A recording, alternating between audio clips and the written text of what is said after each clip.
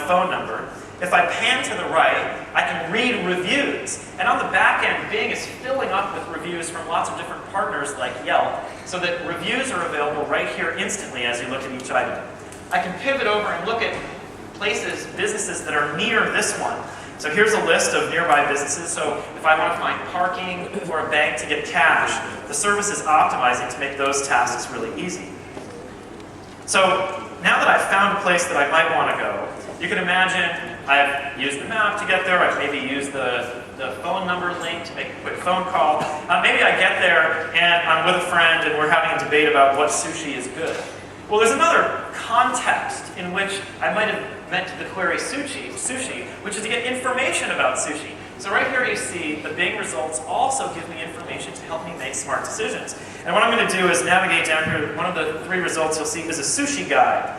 So imagine I'm sitting here in this restaurant with a friend and we're having a debate about what the right kind of sushi is to get or what fish a particular type of sushi is made from. I can just touch that result. I've typed sushi, I've moved to web results, found a site, and now here I am in the browser. So I want to give you a look at the browser.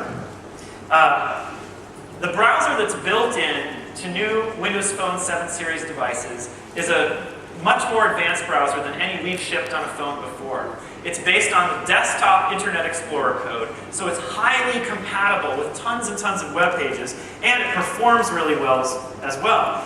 You can see I've got 2 fingers on there. I can do my pinch zooming. I can double tap. I'm going to double tap to zoom into this column. I can double tap to zoom into that picture. The performance is good. I can scroll around. And then one other thing I want to show you, sort of to give you a sense for attention to detail. I'm going to zoom way in on this text, because I want you to take a look at how these letters look.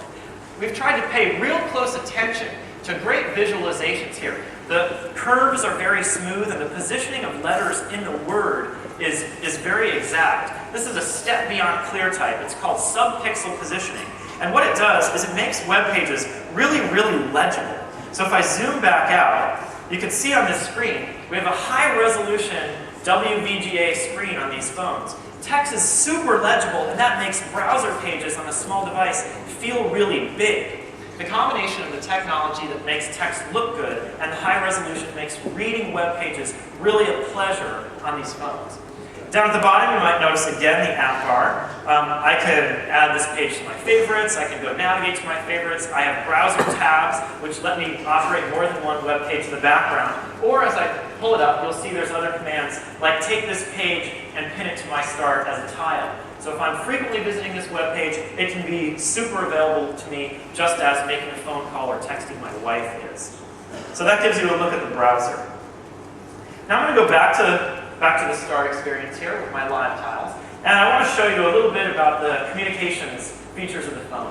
So what I'm going to do is navigate in. The tile there that says Outlook is the mail experience of the phone connected to my work exchange email. And as I said earlier, thematically, we've tried to build this phone experience so it works great both for your work life and for your home life outside of work. So this mail experience, which is very rich and high performant, you'll see I can pan through these messages really quickly. I can pivot from all my mail to my unread mail. I can pivot over to flags. It works just like Outlook on the desktop. It operates against a local cache of data, so it's always very fast. And if you lose some network connectivity, it's still fully featured.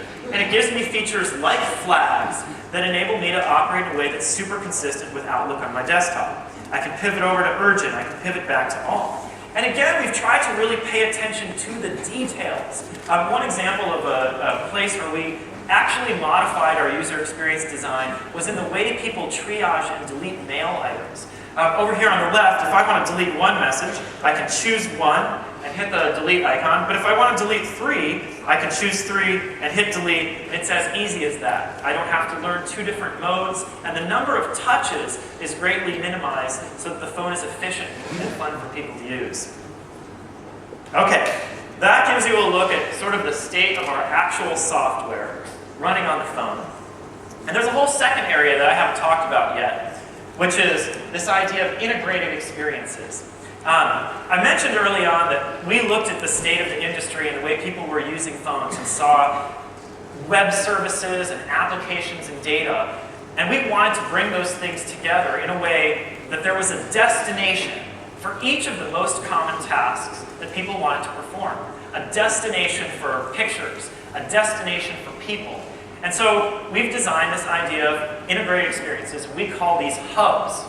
The idea of a hub is to organize data on the web and data in an application and data on your phone into a single place that you can go visit and have real, efficient, fast, fun, ease of use. And the idea is that when you bring those things together, that the combination, the whole, is really greater than the sum of the parts individually, and that the experience will be meaningful, delightful, and work the way a phone should in the small moments of your life where you only have a little bit of time available. I'm going to actually walk you through 5 of these hubs. So we're going to start first with people. Really, the phone fundamentally is a device that ends up being primarily about communication and connecting with people. And the way that we connect with people has evolved a lot in the last few years. If I think about the experience that I have, well, I'll take the PC as a first example. There's lots of ways I manage lists of people.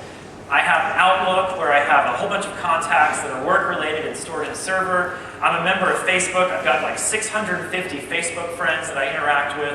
I use web mail services like Gmail or Yahoo or Hotmail, Windows Live Mail, and I have contacts there. And on the PC, it's really okay for me to switch between these things separately. I'm generally sitting in a comfortable chair. I have a big screen.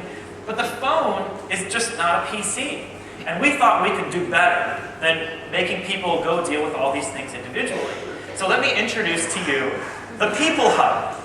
And the idea of the People Hub is to bring together the most common tasks for the people that you care most about. Over here on the right, you see the recent people that you've communicated with, whether you called them or texted them. They're bubbled up to the top so they're instantly available. Here in the middle is the list of all your people. We bring together people from Windows Live, from Facebook, from your Exchange server, from your online mail accounts. And here in the middle, that's you. We're looking at an example of a phone owned by a woman we call Anna. That's her latest social networking picture and status. And over there on the end is the what's new. Now I want to show you how this actually looks on a phone. The idea is it's a panorama, and you move back and forth in the hubs. So we're going to touch up there on the people tile, and the first thing you see is your recent people. They're quick and easy to get to. They show you what's up with all these people. If I pan to the right, there's the list of all my people, instantly available. And if I pan to the right again, you'll see the What's New feed, which is aggregating Windows Live, Facebook, and other social networks into a single list. Now, what I'm going to do is pan back over here to the All list. And you can imagine these lists get pretty long, so we've provided some nice ways to navigate. I can touch the letter C and get a quick look at the alphabet. So if I want to jump down to the W's, I can simply touch W and now choose Ann Wilder. Now, of course, there's stuff on here you'd expect. I should be able to call her or text her right from there. But if I pan to the right, I can see what's new with Ann on all these social networks together. So I see she's updated her Windows Live status.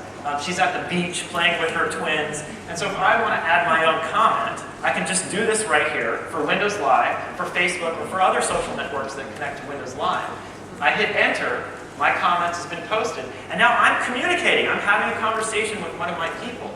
And now what I'm going to do is press that pin button to take Ann and add her to my start experience. Because if she's someone important to me, she's readily available. You can see right there, she's updated her Facebook or Windows Live status, and now I have that new information available to me in a glanceable way. That's the idea. Bring together discrete sources of data, web services, applications, functionality, into one place that's simple, glanceable, and is fun and efficient.